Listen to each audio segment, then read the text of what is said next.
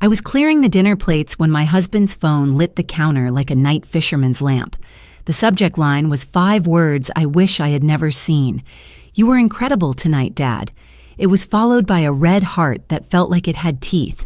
Not our daughter, because we don't have one. Our one child is our son, Evan. That word Dad, typed by someone with a private burner-style email address, sent a cold thread of dread through my ribcage, pulled tight. Hours later, our quiet street in northern Arizona would fill with strobing lights, neighbors in yard shoes, a half curtain of smoke, and a truth that could not be stuffed back into silence. But that night, our kitchen hummed with the same old refrigerator and the old clock above the doorway my mother gave us for a wedding present. Time kept passing even when I didn't want it to. My name is Nora Bell. I'm 63. I bake for a living and for a kind of prayer. When the sun lifts itself over the San Francisco peaks, I unlock the front door of Bell's Pies and Pantry, and the first thing the regulars smell is butter melting into flour. I thought I had learned the shapes of quiet long ago, what a home sounds like when 2 good people have started saving their words for later and later never comes. I thought I could bake through anything, but there are some silences that don't hold warmth. There are some silences that bruise. Colin came in that evening late, expensive cologne with the sharpness of a sermon you don't quite believe. He dropped his keys onto the teak bowl by the door with a sigh that sounded practiced. I poured us both decaf because a ritual is a rope you hold when the river is rough. He said he was back from Sedona, investor talk, the same vague phrase he has used for years, the way some men say, just business. He kissed my cheek without weight, a stamp instead of a kiss, and carried his tired to the couch. I carried my tired to the sink. The phone blinked again. His, not mine. He always said he hated email, that it turned men into cowards and gossips. I had believed him because I used to believe everything he said. The screen lit the marble and the subject line stayed. Patient. I didn't touch it. I stood with a damp dish towel in my hand and simply breathed. And in that breath, entire scenes assembled themselves, the way a smell can pull you through the years. Gardenia. That was it.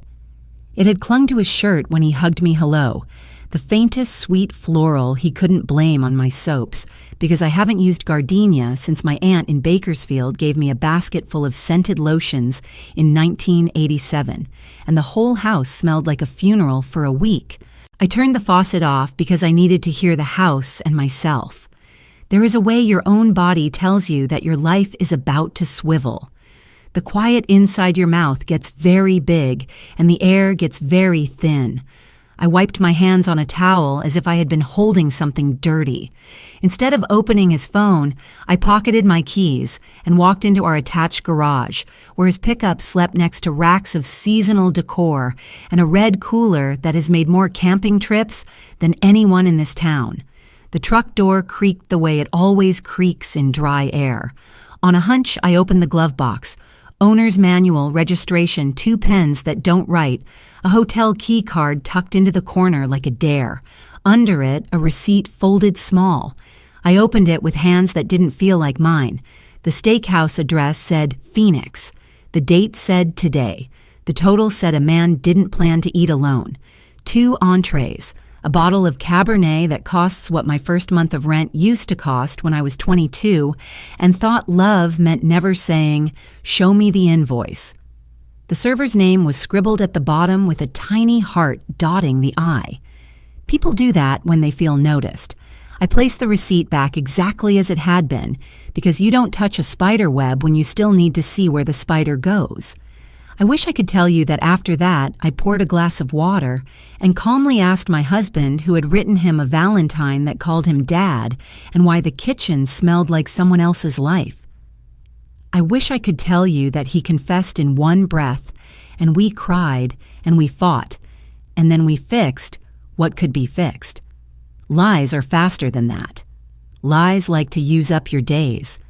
Instead, I climbed into bed beside a man whose breath used to be my favorite lullaby and stared at the ceiling until my eyes watered. When he rolled over, the mattress sang that tired old spring song, and I stared at the shadow of our ceiling fan and told myself not to throw myself off a cliff. The trick is to build a bridge under your feet as you walk. Bridges take lumber, and lumber is facts. You build one plank at a time. In the morning, the Peaks were wearing a pink scarf, and the air would have been enough to make me grateful if gratitude hadn't been hiding. I packed deliveries in the bakery van and tried not to look at the jar of gardenias by the register. When you run a neighborhood place, you keep flowers by the till, even when winter puts its boot heel down. People like to feel seen. Around mid-morning, after the breakfast rush had thinned and the counter had gone back to its steady rhythm, I stepped into my office and called a woman who knows how to build bridges. "Ruth," I said when she picked up on the second ring. "What happened?" she asked, skipping hello because age gives some women the right shortcuts. I told her about the email subject line without reading the message. I told her about the receipt, the hotel key card, the scent I hadn't smelled in this house in decades. I didn't accuse, I just laid boards. "I'll keep this discreet," Ruth said. "Quiet as a prayer. If there's nothing, we find nothing. If there's something, we don't guess about it." Ruth Alvarez is 5'2" and made of braided steel. Her hair has been silver since 39, and she wears it like a crown. Her office is 2 blocks off Route 66, tucked between a thrift store and a barber who has given the same cut to 4 generations of men in this town. She used to be a paralegal, then a licensed investigator when she realized the work she liked most was finding out what was true, so lawyers could say it out loud. In small places like ours, reputations are currency, and secrets are a kind of weather. She also knows what not to do. She refuses to perform spy tricks that belong in movies, and she refuses to break the law for anyone who tells her they're desperate. That's why I called her. Desperation is where harm is born. Ruth won't let you become the person you'll have to live with later for doing the very thing you despise. I baked through lunch with my hands, remembering what my head couldn't. When the ovens roared open, I breathed in butter and sugar and something like peace. Around 3, my phone buzzed. Ruth had sent a picture. I opened it and the floor slipped a small inch. That sky blue button-down of Colin's, the one with a tiny thread that never stays tucked on the pocket seam, captured by the lens reflection in a restaurant door. His hand around the hand of a woman, shoulder angled in toward her, as if the world were windy and she needed his warmth. The woman wore a dark dress I would have complimented in another life. Her hair was pulled back and her mouth wore a red that looked new on her. I pinched the screen to bring them closer and the edges of the world went fuzzy. The woman was Marley. Marley married my son last year under an aspen canopy on a ranch east of town where the mountains look close enough to touch. She had laughed with her whole face when she fed him cake with a fork that wasn't long enough. In family pictures, she stood a step away from Colin the way a person stands when they haven't had enough conversations yet to find the right distance. She called me Miss Nora for 3 months after the wedding until I made her say, "Mom." And then we both cried, because I had always wanted a daughter. That night in the restaurant doorway, she wasn't my daughter-in-law. She was a stranger who knew exactly how to lean. I sat down on the flour bins and let the room decide if it would tip. Then I got up because dough doesn't care how your heart is doing and our town still needed pies for dinner. In the late afternoon, my deliveries ran long and I took the back road home to avoid looking at myself in the glass of anyone's window. The pines stood upright as they always do, the sky doing its big western thing. I talked to my mother, who has been gone 2 decades, but still takes my calls. I said, "I am going to stand in the truth, and I am going to stand in it kindly, and I am not going to invent fires or break anything that can't be fixed." That evening, Ruth texted again. A balcony shot at a mid-level hotel off the freeway. Heavy glass door, a 3rd-floor grid, the sweep of car lights below. 2 figures in that soft gold that makes wrong things look right. His arm around her waist, her head on his shoulder, the casualness of people who think they won't be seen. It was tender in a way that did not belong to them. I slept badly. The house has its own night noises, and I have mine. Water in the pipes, a humming. The old oven settling. Voices from the years when Evan brought home a lizard and cried when it molted into something that looked broken but wasn't. When the first gray slid through the blinds, I fed the starter and decided I would not live in a guessing game. Guessing is a net with holes. Mid-morning, Ruth called. They visited a law office near the courthouse, she said. I've got a source who heard the words POA and transfer. Nothing signed yet, they were fishing. I'll get you a statement if they push it. POA, power of attorney. The kind that lets a person who says they love you sign for you, move for you, sell for you. A good tool used wrong can ruin a life faster than a match. I hung up and opened our home safe because the things you don't want to know about often hide where you think they won't. Birth certificates, the deed, the titles, my bakery binder with its laminated tabs, and slipped in near the back. A thin folder with copies of draft agreements none of my lawyers had prepared. My name placed on the wrong line. A second signature line left blank. I didn't cry. I took pictures with my phone and slid the copies back into their manila sleeve and set the binder back in place. Then I walked around the house and tried to find where the floor would hold me. Colin came home that night talking about a contractor in Sedona who didn't return a call. He kissed my cheek again like he was checking a box. He ate standing up. We've been married 39 years. There are men who cannot lie without looking down. There are men who lie by telling you everything except the part that matters. He fell asleep in the recliner with the TV on low, and I turned the sound off because there's only so much noise a room can stand. Around midnight, he woke up, rubbed his eyes, and stood in the dark near the front window, whispering into his phone. The house holds sound differently when the lights are off. You hear the shape of a voice. You hear the word you most fear, even if it's not the one said. She leaves before dawn, he said, voice pitched low. Come by after 10. No need to drive all the way to Phoenix. A laugh from the other end. The kind of laugh you make for a teacher you've decided to flirt with. He smiled into the glass. I let my breathing go slow and walked back to our bedroom. I picked up my old keys to the bakery van and slipped them into my purse so the tiny jingle would sound normal if he heard it in the morning when I told him I had an early supplier run to Winslow. I slept for an hour at best. It was fine. You don't need much sleep when the day already knows what it is. The sun hadn't cleared the peaks when I told him I needed to go early to meet a flower truck. It was a blue sky lie with a moral purpose and a limited shelf life.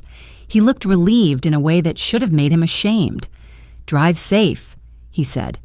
And for a second, I saw the boy I had fallen in love with underneath the man who had lost that boy on purpose. Love is funny like that. It keeps trying to hand you a flashlight in rooms where you're better off turning on the overhead. I did not drive to Winslow. I carried my purse across the street to Mrs. King's, a widow who has known me since we moved in, and who is a woman you can trust with your spare keys and your bad days. She didn't say, "What's wrong?" She said, "Coffee?" and poured 2 mugs while we stood by her front window in our slippers, looking at my front walk like it was a stage where we both knew the next line but said nothing. I told her I had my home security app open on my phone, the cameras I'd installed last year after a break-in on the next block. They face our front yard and the hallway and kitchen, not the bedroom, and the audio picks up when the system senses voices. I don't know the exact legal verse and chapter on a dozen states' rules for recording, but I know my house, and I know I can keep a record of what goes on in the common spaces where I own the ceiling and the floor. If you're listening for directions on how to catch a spouse, find a different storyteller. I'm not teaching that class. I am telling you how I refuse to be blind in my own home. At 10:05, a rideshare eased to the curb, and I recognized the line of Marley's shoulders before she opened the door. She wore sunglasses too large for her face, and she pulled them off with that little flourish I had once thought charming. Colin opened the door fast, as if he was afraid the neighbor's mailbox would tell on him. They went inside with the clumsy laugh of people who believe they're starring in a romance and not a confession. I don't want to tell you the sounds I heard through the kitchen speaker. You can imagine. You can be wrong about some of it, and I will let you. I don't tell this to humiliate anyone. I tell it to get to the part where the truth grows legs. 15 minutes into their little play acting, there was a small clatter near the dining table. Then Marley said, annoyed and then a little scared, "Hey, watch it." The smell of wax is something you can sense even across a street when your own house remembers it. I watched the kitchen camera and saw a candle they'd lit beside the fruit bowl. It tipped, caught the hem of a cheap curtain panel I had been meaning to replace, and did what fire does when it finds what it wants. A thin strip of flame licked upward into fabric like a fuse running in reverse. I moved without thinking. Mrs. King cried out, "Oh, Nora!" And her voice was the sound of both worry and relief, because chaos can pull truth out into daylight faster than decorum ever will. "Call 911!" a neighbor yelled from 2 doors down, spotting the smoke snake its way toward the vent. Someone else was already dialing. I pressed my palms hard against the sill and told myself to breathe. I would never stage an emergency. I would never gamble with my neighbor's safety or with my son's cruise time or with anyone's life. But sometimes, the thing that reveals everything does not ask your permission to happen. The engine turned onto our street, quick and bright, and the pulse of its lights splashed against the pines. If you've never watched your child jump out of a fire truck in command, you don't know the complicated pride that sits next to fear and says, "Be brave with me." Evan's jaw was set. He barked instructions the way you do when you don't have time to be anyone's son. The firefighters knocked down the kitchen flame in under 2 minutes with a short blast and a sheet, because most fires in real life look small and are ugly and are not allowed to become anything else when the right people arrive first. And then my son walked down my hallway toward my bedroom, toward the place where his father and his wife had decided the world was small and their wants were big. He said, "Clear the way," because that's what you say even when you want to say something else. He opened a door. I watched from a living room across the street as if the glass in Mrs. King's window could soften what he would see. It didn't. He came back out into our front yard with his mouth a straight line and his eyes a kind of empty that mothers dream they will never see. He put up a hand and turned to his team to give them the plainest words he could. "They're fine," he said. "Get them some dignity."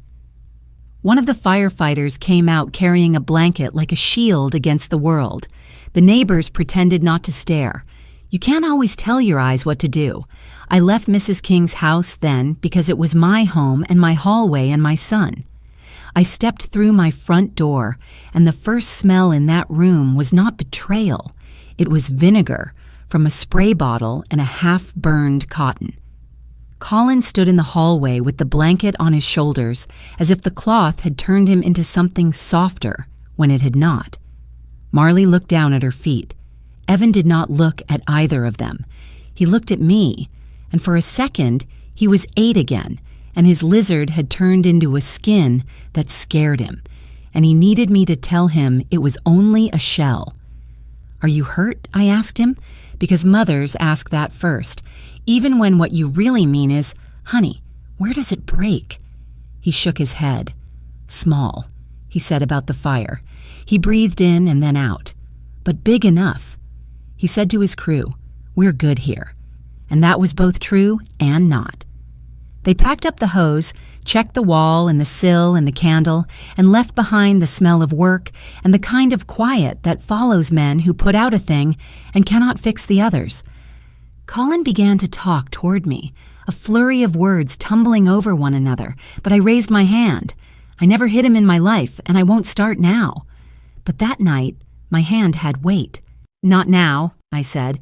"You can save your speeches for paper." Marley tried to touch Evan's arm, and he took a half step back without looking at her. He said her name like he was trying not to break it. Then he walked into our small backyard and sat on the old bench we bought the year my father died.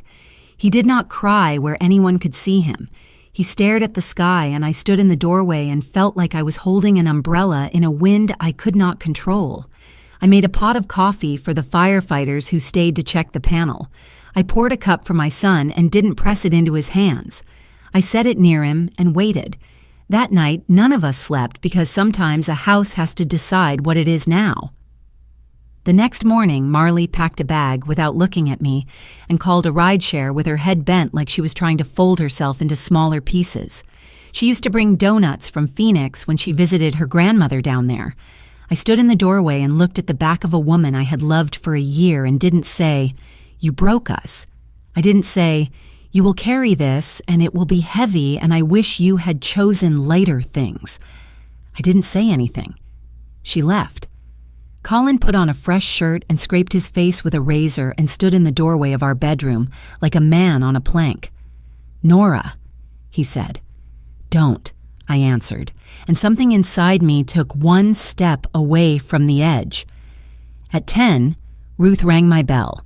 She walked in like the friend she is and then removed her detective eyes and put on her church ones. She put her hand on my forearm and squeezed.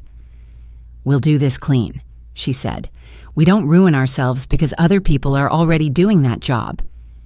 She had news. The notary they had approached in town had balked. He had told a colleague he didn't like the rush and didn't like that the person who would be giving power looked unavailable. His word, not mine. He hadn't stamped a thing. He would provide a statement if asked.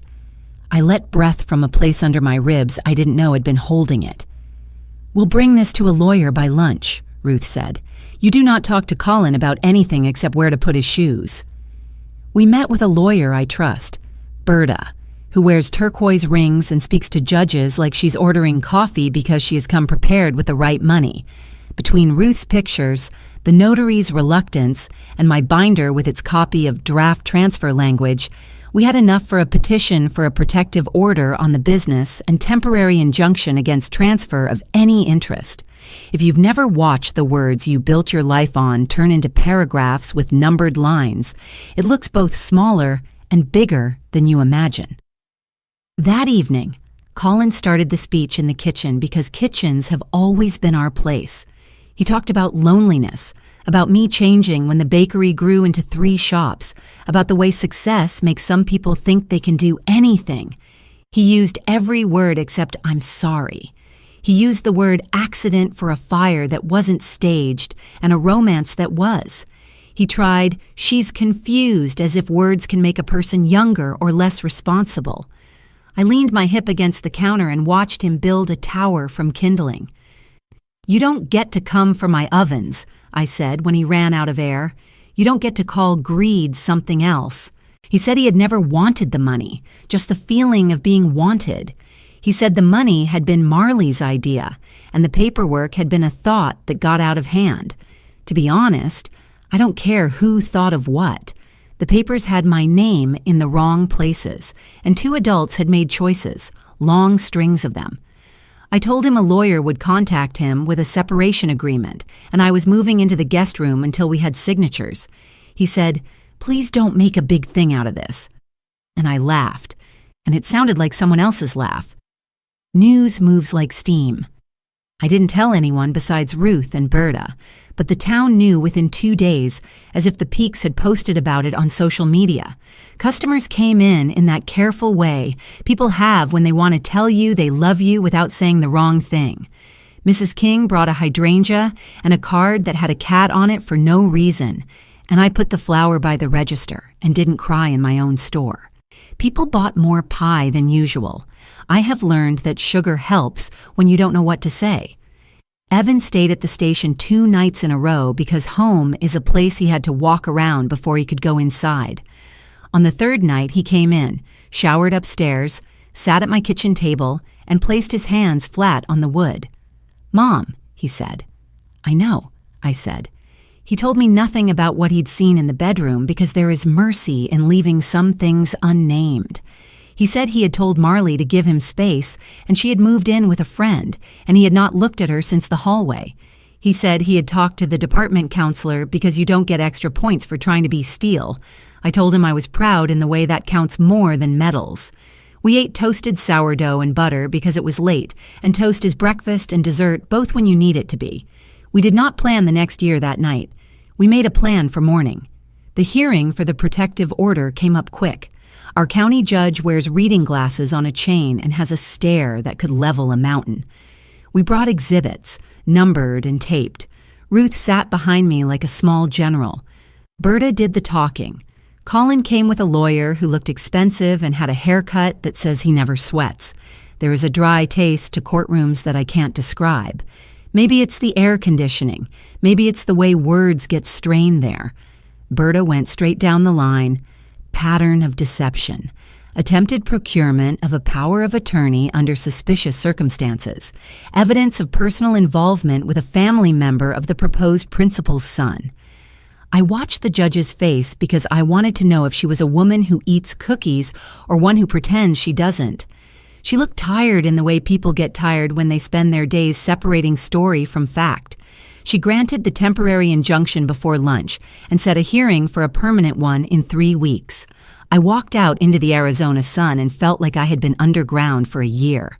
Marley texted me 2 days later a block of words that began with, "I'm sorry," and veered into, "I never meant to hurt you," and then, "He told me you had given up on him." If you have never been told a fairy tale about yourself starring you as the villain while you're standing next to your own life, I don't know if I can describe the feeling. I wrote back one sentence. I wish you had told me the truth while it was still small. In quieter mornings, between filings and trips to Ruth's office and the slow, careful work of moving my husband's clothes into boxes, I taught a free pie class at the community center. I printed recipe cards that said "The Honest Crust" at the top because names matter. People showed up in sandals and in suits, in nursing scrubs and in shirts that had paint on them from last summer's living room. We rubbed butter into flour until it looked like a desert wash bed. I told them to use cold hands. I told them not to overwork it. I told them that a good crust is patient and isn't afraid of being plain. We baked and then we ate without talking much, because sometimes eating is prayer, and sometimes it is justice, and sometimes it's only eating, and that is enough. I stood in that room and watched a group of people pull something warm and simple from an oven, and I thought, I will be okay. It was not triumph. It was a fact, like rain. There were still the small humiliations. A man at the hardware store nodded toward the newspaper and then realized the paper hadn't learned our story, because this town is kinder than gossip would have you believe. A woman at the farmer's market asked after Marley and then flushed until her ears were pink when she remembered and couldn't find a gentle exit. I told her, "She is breathing somewhere, the way we all are." And we bought tomatoes and talked about the price of eggs. Colin moved into a motel that rents by the week. He texted Evan more than he texted me. There are men who believe that if they can fix the son, the mother will forgive the father. He doesn't know me well enough anymore to know that isn't how our family works. When the permanent hearing came, we arrived with our 3 stacks of paper and our steady breathing. The notary gave a brief appearance via Zoom and said on the record that he felt pressured by the timeline and had declined to witness any signature. Ruth gave a tidy summary of her timeline with no flourish because truth doesn't need confetti. Berta said what needed saying and sat down. Colin's lawyer looked ready to argue a different case entirely. The judge adjusted her glasses and read aloud the part of the statute that protects small business owners from unconsented transfers tied to coercion or deception. She stamped the order, and the sound the stamp made was small. It echoed anyway. Denied, it said in tidy black letters, like the universe had decided to pick up a broom. Afterward, in the courtyard where pigeons act like they pay rent, Evan and I sat on a bench and he let his head drop onto my shoulder in a way he hadn't done since he was too big for my lap. "It's not the end I wanted for my parents," he said. "It's not the beginning I wanted for my marriage." "No one gets both," I said, "but we get our hands. We get our word. We get what we keep on purpose." We drove home by the long route that passes the spot where the peaks seem to put their elbows on the earth. The light dropped gold, and there were long shadows where the pines stand. I told him to swing by the store. We bought heavy cream and eggs, more than we needed. In my kitchen, with the new curtain panels hanging straight, I made him buttermilk pie the way he likes it, with a crust that flakes instead of shatters, and a custard that quivers when you nudge it with your knuckle. He leaned on the counter and told me about a house fire 2 years earlier that left only the bones of a ranch home, and how sometimes the bones are the best thing because you can build something true on them. I told him about the first pie I ever sold to a stranger. I told him I was afraid the day I signed the lease and more afraid the day I hired my first employee. We cut into the pie while it was still too warm, and the filling scolded us by running toward the knife, and we both laughed because some messes are good. There's not a moment in these chapters when I stopped loving my husband. That is a sentence some people will not like, but I am not here to tidy up for anyone else's comfort. I loved him when we were 22 and lived in a studio off Route 66 with cockroaches that could lift small bags. I loved him when he taught Evan to parallel park by shouting inaccurate distances from the passenger seat. I loved him when he closed the bakery gate for me the night my mother died and didn't try to make it better. Love doesn't mean keeping someone in your house when they have chosen to stand in a different house. Love doesn't mean handing them a pen for the papers that remove your own name from your own life. Love can say goodbye without becoming hate. That is the only part of this I am proud of. I won't give you a list of rules for surviving a betrayal. There are no rules. There is only your name and the mirror, and whether you can look each other in the eye. I can. I am not braver than you. I am just older than I was yesterday, and I have learned the taste of patience. 3 weeks after the stamp, the motel called Colin's phone to say he was late on his weekly payment, and that is how I knew he had left town. He sent a letter. It said the words you expect and a few I didn't. He told me he had watched me put my hands on dough for 39 years and wished he had made something with his hands that someone else could eat. He said he was ashamed and grateful in the same breath and that he didn't know how to be both. I wrote a short reply. I told him I hope he makes something where he is. I told him our son knows how to hold both shame and gratitude and still put his boots on and go to work. I told him he is free and so am I. I mailed it with 2 stamps because I couldn't find the fancy ones. Marley sent me a different letter on lined paper that looked torn from a spiral notebook. The first half apologized to the world. The second half apologized to me. The second half mattered. She said, I let someone else's hunger teach me mine, and I wish I had learned mine from the right person. She asked if I could forgive what she called the tiny, cowardly beginnings of her choices. I wrote back, I cannot undo it. I will not parade you for sport. Live in a way that doesn't ask another woman to carry your weight. That is the only thing I know to ask. Evan moved into my guest room for a while because houses relearn themselves faster when you don't sleep alone. He talked about trauma class at the station and how firefighters rate their worst memories like school grades and then laugh and then get very quiet. He talked about a dog they pulled out of a smoke-stained bedroom last winter and how the dog woke up coughing like an old man and then licked everyone it could reach. He put new deadbolts on our doors and changed out the kitchen detector and hung a tiny bell on the back. That's for you, he said, so you can hear the door when you're baking, even if the timer's yelling. The bell rang when the wind tried the handle, and I liked the sound because it wasn't anyone else's phone. The bakery lines got a little longer because people like to support a person in a visible way when they don't know how to support the invisible things. We added a pie to the menu called Honest Crust, and the card under it told the story without names. It sold out more days than not. On Thursday afternoons, I kept the shop open late for anyone who wanted to sit at the counter with coffee and talk about recipes or about the way marriage can rot if you don't take the trash out in time. We didn't gossip. We compared truths the way you compare bruises, not to see who hurt worse, to see if the colors are the same. Later that summer, I went to the community garden and weeded a row of heritage corn that belongs to no one and to everyone. The dirt made those crescent moons under my nails, and I didn't wash them out until I went to bed because they looked like proof that I had been in the ground with growing things. Mrs. King came by with her new rescue cat named Melon, who hates everyone and sleeps on my lap anyway when we sit in the shade. Ruth took a vacation because even guardians need someone else's ocean sometimes. I stood in my kitchen at dusk and practiced saying my own name like it belonged to me again. Nora, I said, and the house, bless it, said, yes. On an evening in September, when the peaks turned the color of bread crust in that 30-minute magic window, Evan came home holding 2 grocery bags. He set them down on the counter and smiled small. Heavy cream, eggs, lemon, he said.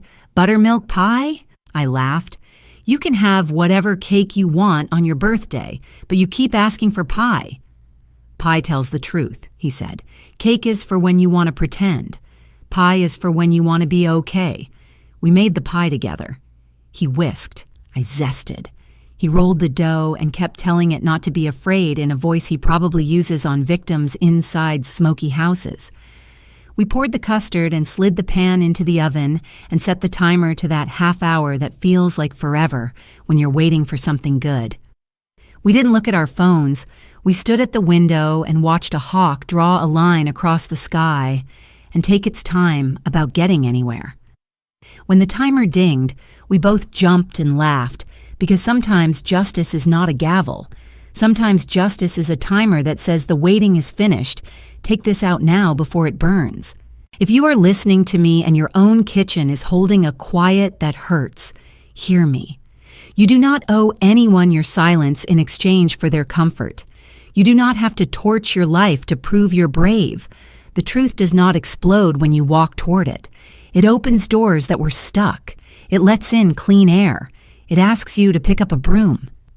If you are listening from an apartment in Ohio or a farmhouse in Vermont or a little room in Phoenix that faces the pool, I am in my kitchen in Flagstaff with cinnamon in the air and a pie cooling on the rack. I am older than I have ever been and softer than I ever thought I'd be, and I am still here. I will not tell you whether Colin found the version of himself he promised me existed when we were young. I suspect he is working in a hardware store somewhere where men come in to buy nails and women come in to buy paint, and they are both nervous about choosing wrong. And he tells them it is only paint, that they can try again, and the kindness in that is real. I hope he is kind. I hope when he looks at his hands, he sees what he did and what he can do. I hope he does not call anyone dad who has no right to call him that. I hope he tells the truth out loud to himself in a mirror and does not look away. As for Marley, I do not keep count. The world will take care of her better than my grudges would. I think of her sometimes when I pass a display of fancy candles and I don't pick one up. I am not afraid of fire. I respect it. We all need a little flame to bake a pie, to warm a room, to see the page we are writing, but we keep it in the right place on purpose. That is all I have done since the night the word Dad made me a stranger to my own house. I took the flame and I put it where it belongs, on a stove, in an oven, in a heart that beats steadily, even when the room spins. A few weeks after the legal dust settled, I stood at the front of my shop and watched a line reach the door and then curve like a river toward the sidewalk. People were talking about soccer games and class schedules and the price of beef and the way the aspens would turn. I recognized half the faces and the half I didn't wore the same look anyone wears when they are hopeful in a small way. My staff moved like a dance. Mugs, plates, smiles, change. I wiped the counter with that slow rhythm that means I am not in a rush. A woman I didn't know with a baby on her chest said she'd driven up from Camp Verde because she'd heard the pie here tasted like forgiveness. I said, "We don't sell that, we sell pie." Then I cut her a slice of honest crust and it slid onto the plate without breaking, and the day felt very clear. That night, I took the ledger to the table and did the numbers, because I will always love the way a column turns into a picture of a day. Evan came home from a shift that had been part boredom, part miracle, because a day without a fire is a day to count. He leaned on the doorframe and said, "You still working?" "It's not work if it lets me sleep," I said. "Everything lets you sleep now," he said, and he was right. Peace sneaks up. It doesn't make a scene. It slides under the door. Before bed, I went outside and sat on the back step. The new curtain panels were visible through the kitchen window, neat and still. The air had that piney dark that means autumn is real. I said my small prayer, the one my grandmother taught me without ever saying it out loud. Thank you for the things that stayed. Thank you for the things that left. Thank you for the hands that know how to measure flour. If you're listening and you are carrying a truth you're afraid will ruin everything, I can't tell you what to do. I can only tell you that the truth is the only thing that will let you breathe all the way to the bottom of your lungs. Tell it carefully. Tell it kindly. Tell it to yourself first. The rest will not be easy, but it will be honest. And honest is a soft pillow.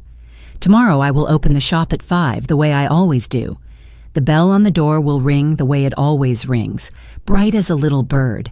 People will come in with their mornings and their errands and their troubles and leave with a slice of something warm. I will roll dough on the floured table and not flinch when the knife nicks my thumbnail, because little cuts heal fast when you keep them clean. The sun will lift itself over the peaks like it always does. I will pour coffee for anyone who needs it, and there will always be someone who does. I will walk to the front and look up from the till and ask the question I always ask, the one I would ask you if we were standing together in a line that curves toward the door. Where are you listening from today? Tell me so I can picture you. Tell me so I can pray that whatever is heavy in your house gets lighter, one honest breath at a time. And after the morning rush and before the lunch pies go in, I will take the slip of paper from my apron pocket where I wrote down 3 words that are my new recipe, and I will say them out loud because I like the way they sound when they stand together. Truth, patience, mercy. That is everything I know. That is the whole story, set out like slices on plates, warm enough to eat, cool enough to hold, more than enough for us both.